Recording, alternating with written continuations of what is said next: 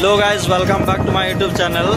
আর আজকে একটি নতুন ব্লগ নিয়ে চলে এসেছি। আজকে দেখাবো ভারত তামিলনাড়ু তথা পুরো ভারতের একটি ঐতিহ্যময় এবং পুরানো মন্দির। সেটা হচ্ছে তাঞ্জাবুর জেলার মধ্যে অবস্থিত। আর আমার সামনে রয়েছে সেই মন্দির, এই দেখতে পাচ্ছ, এটা হচ্ছে ফ্রন্ট গেট। আর সেই পাশে রয়েছে এর পিছনের অংশটা, গাছের মধ্যে লুকিয়ে গেছে। তো আজকে দেখাবো মন্দিরটা কীরকম এবং এর কিছু কিছু ইতিহাস বা কী সব মিস্ট্রি রয়েছে সেই সম্বন্ধে দেখাবো। আর এর যে ইতিহাসটা রয়েছে সেটা তোমাদের সামনে শেয়ার করব। তো চলো যাওয়া যাক। মন্দিরের সামনেই আমরা পৌঁছে গেছি। সকাল সকাল বেরিয়ে পড়েছিলাম। আমি যেখানে থাকি সেখান থেকে প্রায় 120 কিলোমিটার মতো হবে। প্রথমে দেখায় মন্দিরের সামনের অংশটা। এই হচ্ছে মন্দিরের সামনেটা পুরো। আর এই হচ্ছে মন্দির রোড থেকে যে মন্দিরের একদম সামনাসামনি রয়েছে। আর এই সাইডে দেখতে পাচ্ছ আমাদের রাজার যে ছবি, যিনি এটা বানিয়েছিলেন। এটা আজ থেকে প্রায় 1000 বছর আগের তৈরি করা মন্দির। প্রায় 1010 খ্রিস্টাব্দে এটা তৈরি হয়েছিল।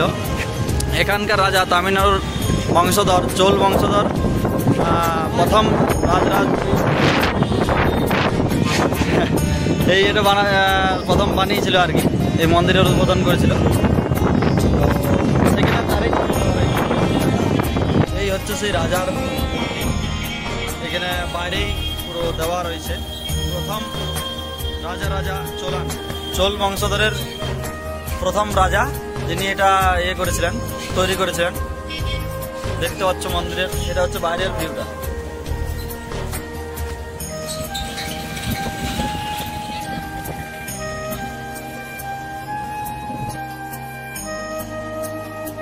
এই হচ্ছে মন্দিরের প্রথম গেট।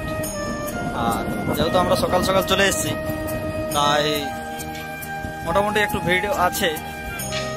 জানি না বাকি দিনগুলোতে কীরকম হয়। এখানে পুজো বলতে শিবরাত্রির দিন পুজো খুব ভালোভাবে হয়। আশ্চর্য করা ব্যাপারটা হচ্ছে যে পুরোটাই গ্রানাইট পাথর দিয়ে তৈরি। এই যেসব ইয়েগুলো দেখতে পাচ্ছ পুরোটাই গ্রানাইট দিয়ে তৈরি। এটা হচ্ছে মন্দিরের প্রথম অধ্যায়ের প্রথম শুরুতেই। এইখানে ভালোভাবে দেখতে পারবে, এখানে পুরো ম্যাপটা এখানে দেওয়া রয়েছে। মন্দিরের গেট প্রথম, তারপরে রয়েছে আবার একটি গেট, 1 নম্বর 2 নম্বর 3 নম্বর গেট। তারপরে রয়েছে ভিতরের মন্দির। এই পাশে রয়েছে জুতো রাখার জায়গা। আর আমরা সেখানে যাচ্ছি এখন জুতো রাখার জন্য, কারণ ভিতরে প্রবেশ করতে গেলে জুতো পরে যাওয়া যাবে না। তাই চলে এসেছি জুতো রাখার জন্য। এইখানে দেখতে পাচ্ছ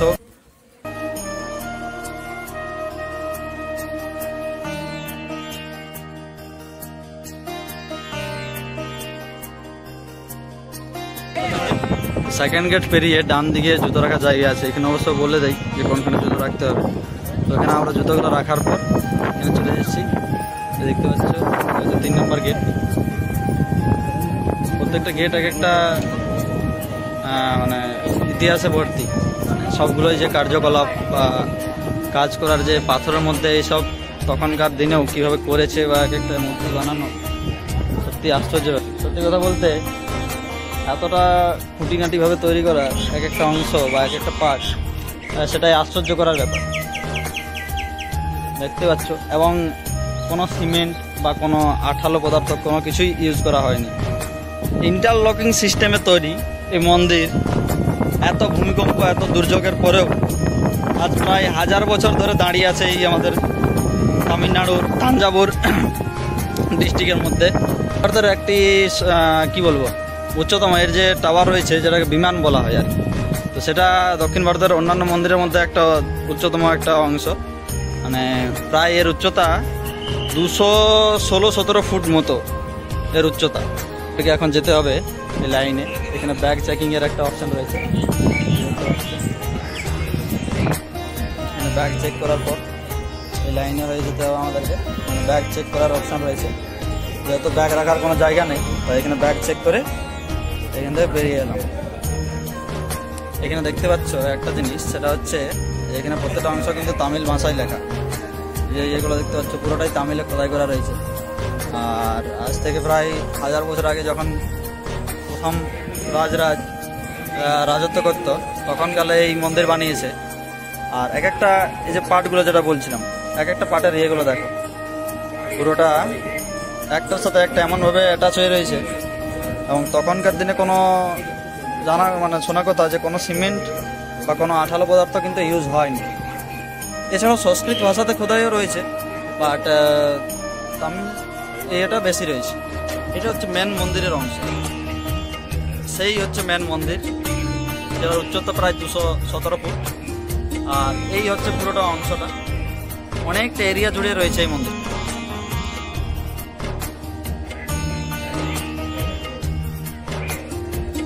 প্রায় পুরো মন্দিরের আয়তন রয়েছে প্রায় 44 একর। 44 একরের বেশি এরিয়া জুড়ে রয়েছে এই মন্দির। এই হচ্ছে মেন এরিয়া। আর এই যে সামনে দেখতে পাচ্ছ যে অংশটা, সামনে থেকে দেখাচ্ছি, চাটাই বিছানো রয়েছে। কারণ গরম আর রাখা মুশকিল, এতটা গরম। আর এখানে বৃষ্টির যেটা কম হয়, গরমটা প্রচুর, তাই নিচে চাটাই বিছানো রয়েছে হাঁটার জায়গাগুলোতে। আর এই যে দেখতে পাচ্ছ এখানে চলে এসেছি, এখানে রয়েছে নন্দী মহারাজের একটি মূর্তি রয়েছে। এই যে নন্দী মহারাজের যে ছবিটা দেখতে পাচ্ছ, মূর্তিটা দেখতে পাচ্ছ, এটার কথায় আছে যে এর যে আয়তন, এটা দিন দিন বেড়েই চলেছে, দিন দিন এর আয়তন বেড়েই চলেছে। এটা একটা আশ্চর্যকর ব্যাপার। আর এর পুরো সামনাসামনি দেখতে পাচ্ছ, এই পাশে রয়েছে মন্দির, আর এইখানে রয়েছে নন্দী মহারাজের ছবি, পুরো সামনাসামনি মুখোমুখি রয়েছে, পুরো এই পাশে মুখ করে রয়েছেন। হ্যাঁ, আর এখানে রয়েছে এই যে মেন ইয়েটা দেখতে পাচ্ছ, এখানে রয়েছে মহাদেবের মূর্তি। বলতে মন্দির এরিয়া অসাধারণ একটা জায়গা। তুমি যতই টেনশনে থাকো বা যা চিন্তায় থাকুক, সব কিছু এখানে আসার পর মনে হবে যেন একদম সব বিলুপ্ত হয়ে গেছে। সত্যি বলতে আমি খিদায় থাকতে পারিনি, আজ সকাল থেকে একটা বিস্কুট খেয়েছিলাম, না একদমই খাইনি সেটা নয়, আসার সময় 2 পিস মাত্র বিস্কুটের নিয়েছি, বাস, আর কিছুই খাইনি। কিন্তু এখন সত্যি এখানে আসার পর আর তো একদমই খিদা পাইনি, এটা আশ্চর্যকর। আর সত্যি অপূর্ব একটি দেখার জায়গা। বাকি অংশগুলো তোমাদেরকে দেখাচ্ছি। আমি এখন যেতে চলেছি মেন মন্দিরের দিকে, ভিতরের সাইড, যেখানে স্বয়ং দেবাদেব মহাদেব বিরাজমান, সেই মন্দিরের ভিতরে এখন যেতে চলেছি। আর জানি না ভিডিও অ্যালাউ আছে কি না, বাট এখনো পর্যন্ত করে যাচ্ছি। এইখানে পুরো ফটোগ্রাফি চলছে, পুরো মোটামুটি একটা ফ্যামিলির 20 থেকে 30 জন মতো লোক আছে, পুরো ফটোগ্রাফির ইয়ে চলছে। এটা হচ্ছে ভিতরের অংশ, জানি না এখানে ভিডিও ক্যামেরা অ্যালাউ আছে কিনা, না না জাস্ট ভিডিও। আর এই হচ্ছে ভিতরের অংশ, তোমাদেরকে দেখাই, একটু পরে দেখাতে পারবো কিনা জানি না, আর তার জন্য এখনই দেখিয়ে নিচ্ছি। এইসব এগুলো পুরোটাই পাথরের, একদম সত্যি এখানে আলাদা একটা ওয়েদার। এখানে মোটামুটি টেম্পারেচার 5 ডিগ্রি মোটামুটি কম রয়েছে, 5 থেকে 6 ডিগ্রি টেম্পারেচার আমার মনে হচ্ছে এখন অবধি ঢুকে কম রয়েছে, জানি না তার থেকে বেশি হতে পারে। এটা হচ্ছে ভিতরের অংশ। আর অনেকেই আছে, no photo no video allow নেই, যাই হোক এখানে পোস্টার দেওয়া আছে, ভিডিও করে লাইন দিয়ে ভিতরে প্রবেশ করতে হয়।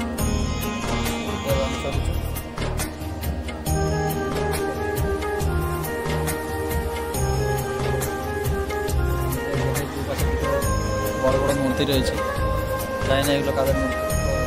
ভিডিও মন্দিরের একটা আশ্চর্য জিনিস আমি যেটা শুনেছি, সেটা এখন সামনাসামনি তোমাদেরকে দেখাও। কথাই আছে নাকি মন্দিরের কোনো ছায়া পড়েনি, জানি না এটা সত্যি না মিথ্যা। এখানে এসেছি এবং তোমাদেরকেও দেখাবো যে জিনিসটা সত্যি না মিথ্যা। তো চলে এসেছি, দেখবো আমাদের যে মেন মন্দির রয়েছে, মেন যে মন্দির রয়েছে এই যে দেখতে পাচ্ছ, সেই যে মন্দিরের তার নাকি ছবি পড়েনি। তো চলো দেখা যাক যে কি এটা সত্যি না এটা এমনি গুজব। যেমনটা দেখতে পাচ্ছ এটা হচ্ছে মেন মন্দির, আর মেন মন্দিরের ভিতরে পুরোটাই চারিদিকে ঘেরা রয়েছে। তুমি ভালো করে বুঝতে পারবো, কারণ মাথার উপর থাকলে এমনি ছায়া বোঝা যাবে না। আর এখন একটু সাইডে আছে, কিছুক্ষণ পরে হয়তো মাথার উপরে চলে আসবে। তাই আগে দেখি যে জিনিসটা সত্যি না মিথ্যা। একটা আশ্চর্য করা সত্যি আমার ভাবলে অবাক লাগে যে তখন এত আধুনিক যন্ত্রপাতি বা এত কিছু তো ছিলও না, কিন্তু তবু এতটা শৌখিনতার সাথে তৈরি করা এক একটা মূর্তি, এক একটা খুঁটিনাটি মানে কোনো ভুল ধরা যাবে না এরকমভাবে তৈরি করা এক একটা জিনিস সত্যি অসাধারণ। আর মূর্তিগুলো বা এই যে এগুলো দেখতে পাচ্ছ পালিশ যে এটা রয়েছে পাথরগুলোর মধ্যে, অসাধারণ। মানে এক একটা ফুল বা তার কারুকার্য, এই যে জিনিসগুলো দেখতে পাচ্ছ ফুলগুলো, তার যে কারুকার্যগুলো এক একটা একদম একই রকম, কোনো এদিক সেদিক নেই। মানে সত্যি এখন বানাতে গেলে সেটার মানে কত কিছু যন্ত্রপাতি চাই, কত কিছু মানে চাই তবে হবে। এটা এই মন্দিরটা বানাতে প্রায় 5 বছর সময় লেগেছিল তখনকার দিনে। এতটা উন্নত জিনিসপত্র ছিল না, তবু 5 বছরের মধ্যে এই যে মন্দির সেটা কমপ্লিট করে দিয়েছিল। আর ব্যাপারটা হচ্ছে যেটা দেখতে এলাম, এই হচ্ছে মন্দিরের মেন মন্দির, যেটা হাইটটা আমি বলছিলাম, এই যে মন্দিরটা। আর ছায়া সত্যি বলতে এখানে কোনো ছায়া সেরকম কোনো পড়েনি। আর সামনাসামনি দেখে নিলাম, দেখতে পাচ্ছ এটা, এর কোনো কিন্তু ছায়া নেই। এটা হচ্ছে আমি দাঁড়িয়ে আছি এখানে মন্দিরের পাশেই, আমার ছায়া দেখতে পারবে, এই পাশে রয়েছে আমার ছায়াটা, কিন্তু এই মন্দিরের কোনো ছায়া নেই।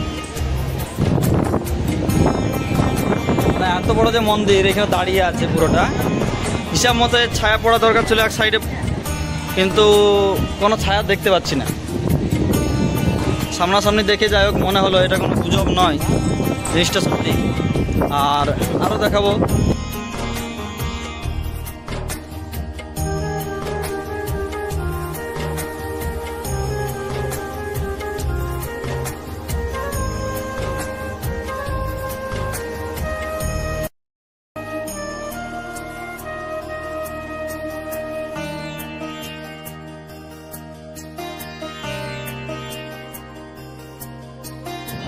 কথায় আছে যে এখানে অনেকগুলো গুপ্ত আর কি সুড়ঙ্গ রয়েছে মন্দিরের ভিতর থেকে, যেগুলো অন্যান্য আরও যেসব মন্দির রয়েছে সেই জায়গাগুলোতে কানেক্ট করছে। বাট এখনও কিছুগুলো নাকি চালু আছে, আবার অনেকগুলো বন্ধ করে দেওয়া হয়েছে। তো এগুলো অবশ্য সাধারণ পাবলিককে ঢুকতে দেয় না। আগেকার যখন রাজা বা তাদের যেসব প্রয়োজন ছিল যাতায়াত করতো তারা।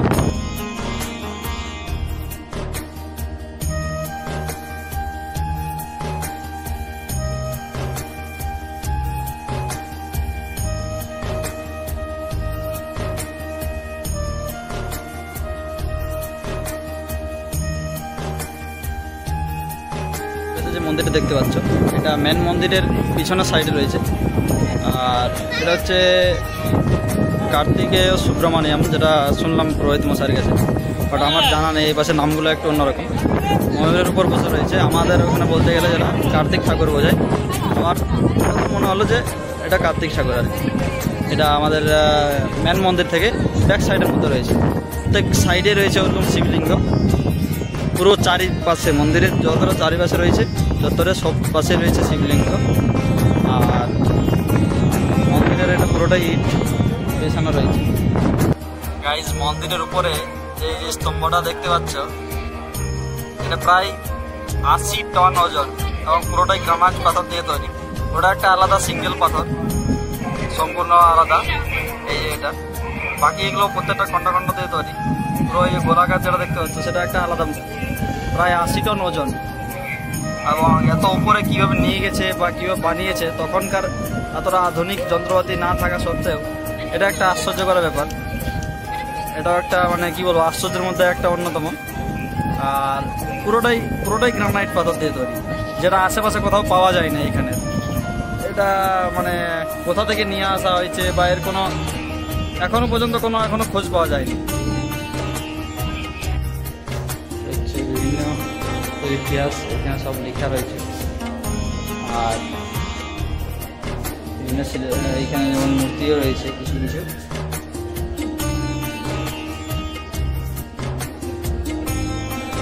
নাচের দেখানো রয়েছে, বিভিন্ন নাচের যে স্টেপ রয়েছে নাম লেখা আছে।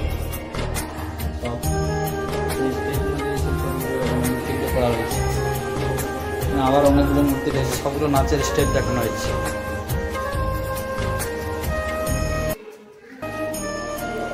এখানে এখানকার ছবি পুরনো যেসব তুলে রাখা হয়েছে, কোনটা কত সালে তোলা রয়েছে এখানে মেনশন করা রয়েছে। এটা 2005 1950 সালে এরকম দেখতে ছিল। ছবিটা দেখতে পাচ্ছি এটা 1950 সালে। এখনো কিন্তু একই রকম বোঝা রয়েছে, কোনো ক্ষতিগ্রস্ত ছাড়াই। এইভাবে ইন্টারলকিং সিস্টেমে যেসব তৈরি, এইভাবে এখনো পুরোটাই বজায় রয়েছে। এখানে পুরোটাই ছবিতে ভর্তি, যেসব এগুলো রয়েছে কোনটা কত সালে তোলা রয়েছে সব এখানে মেনশন করা রয়েছে। এখানে একটা জিনিস দেখতে পাচ্ছ, মন্দির নির্মাণের কিছু কিছু এখানে পুরো কথা লেখা রয়েছে, কীভাবে মন্দিরটা নির্মাণ করেছে, বা এই যে এত বড় বড় পাথর কীভাবে এত উপরে উঠিয়েছে দেখতে পাচ্ছ। হাতিতে করে উপরে ওঠানো হচ্ছে পাথর। এই মন্দিরের এটা হচ্ছে স্ট্রাকচার, হাতিতে করে ওঠানো হচ্ছে। আর এইভাবে ধীরে ধীরে তৈরি হচ্ছে এই মন্দির। এখানে পুরোটা ইংরেজিতে দেওয়া রয়েছে যে কীভাবে মন্দিরের নির্মাণ, সেই প্রসেস অনুযায়ী পুরোটাই দেওয়া রয়েছে। এখানে পুরো ম্যাপ, আর্কিটেক্ট তখনকার ইয়েতে কীভাবে বানানো রয়েছে এখানে দেখতে পাচ্ছ। এখানে সব সিলার রয়েছে, তামিল ভাষাতে কিছু কিছু জিনিস লেখা রয়েছে, প্রত্যেকটাতেই লেখা রয়েছে। গাইজ যেটা দেখতে পাচ্ছ পুরোটা শিবলিঙ্গ,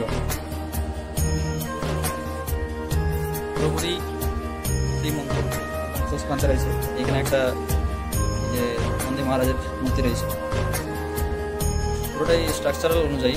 এখানে ম্যাপের মধ্যে যেটা দেখলাম, এর যে দূরত্ব এবং প্রথম গেটের গর্ভগৃহের প্রথম গেটের দূরত্ব পুরোটাই সমান, সেইভাবেই তৈরি করা হয়েছে।